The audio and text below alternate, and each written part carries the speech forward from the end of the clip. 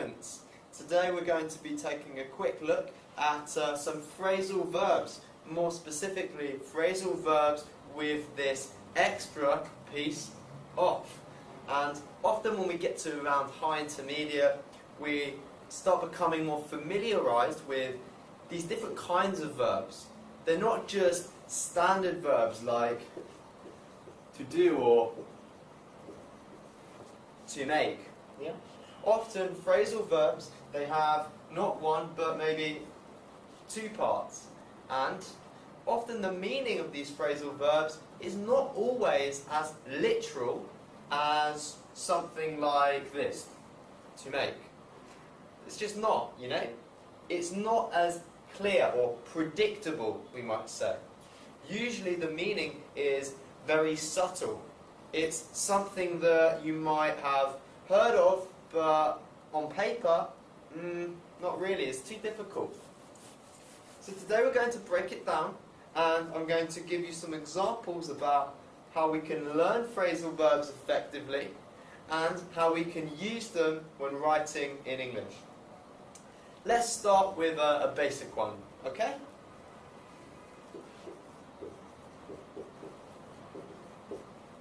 Here we have to cool off, and this really means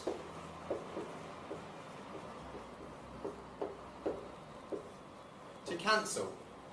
So instead of using this main verb cancel, I can say, maybe, this evening I would like to cool off my soccer game. That is, I would like to cancel my soccer game. It's nice and clear, it's nice and simple, and the best way to remember phrasal verbs with two parts is to kind of picture them in your head as these fixed expressions, like any other piece of vocabulary. And you can do this just in a word bank or your workbooks. You jot it down.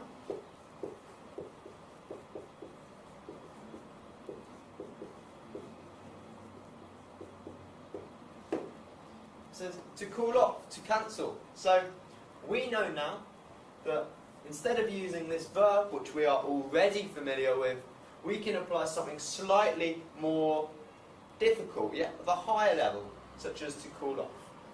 Let's take a look at another example.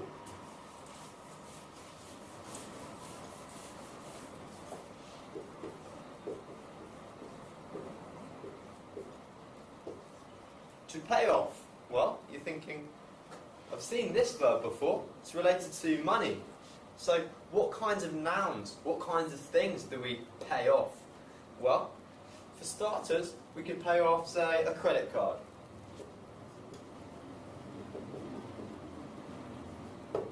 Often, when we have credit cards, we are in lots of debt. Yeah. So, to pay off could translate as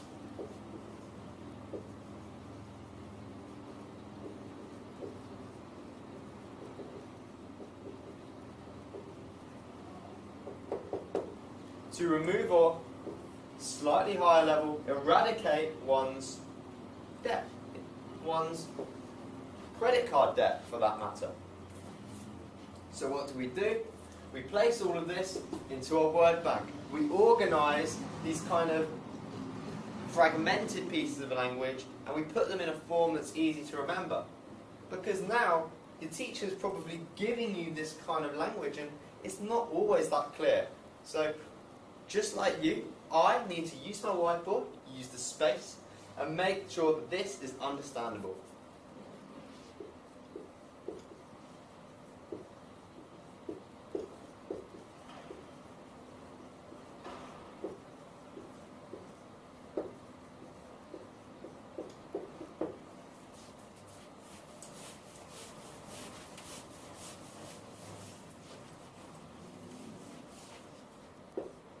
And there it is.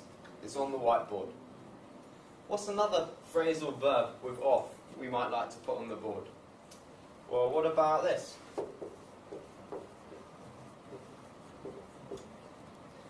To show off.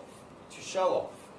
often one we like to see when we're with our friends, maybe sporting events, we see certain athletes maybe show off. What does it mean?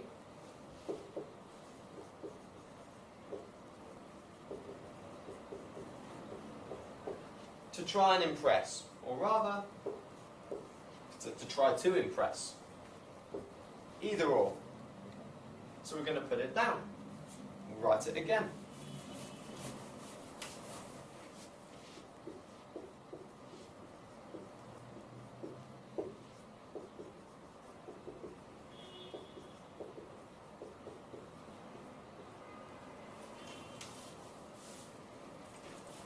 So we have our three examples, our three phrasal verbs with off.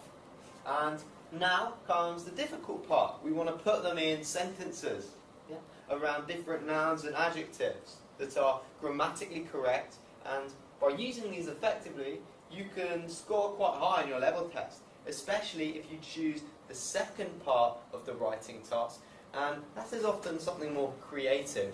So for those of you who kind of prefer this style of writing, maybe, you know, pay close attention and you'll hopefully improve from this.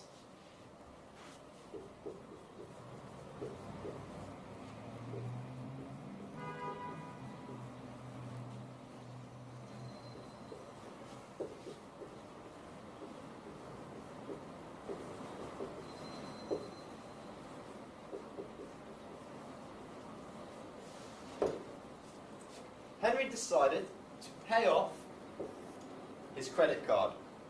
That is, Henry decided to remove the debt from his credit card. Yeah. It's usually a good thing. And here we see that decided, ed, is in the past tense, but we've got this infinitive, and we can see that the phrasal verb stays in a present kind of form. Okay? Now, not always will we see the phrasal verbs as simple as this.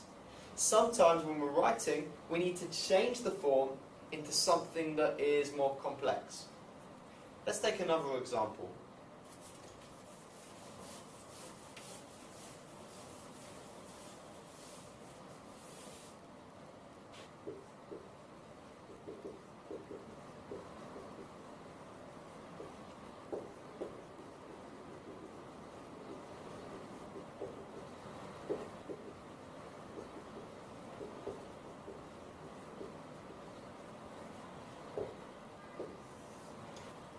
Jamie is always showing off in front of his friends.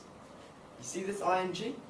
So we've taken show off, we know that means trying to impress, and we've added this ing suffix. We've made it continuous. And here we can see that phrasal verbs are really unique because they have this ability to kind of adapt in the way that fits our existing tense on the paper.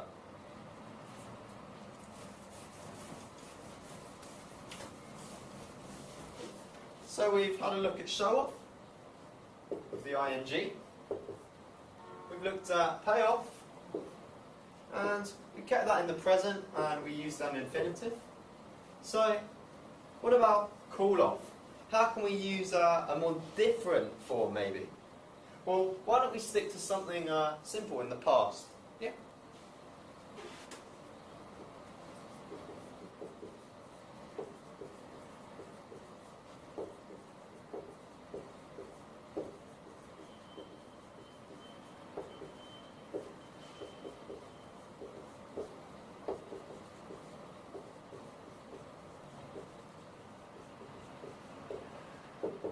Put it there.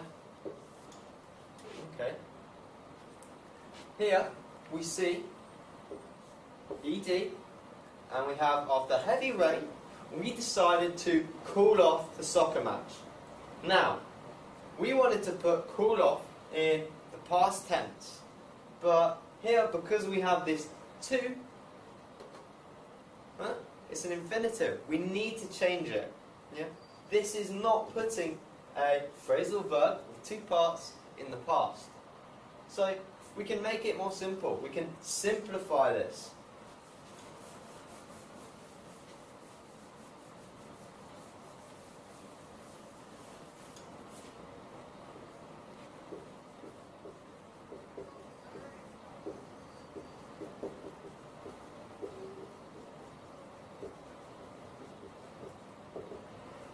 After heavy rain, excuse me, we called off the soccer match.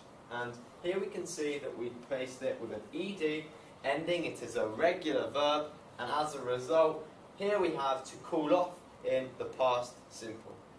Now, I hope this has been useful for you today, and maybe in the future we'll see some new phrasal verbs with a different second part, whether it's off, up, maybe on. Okay? That's all for now, and I'll see you soon.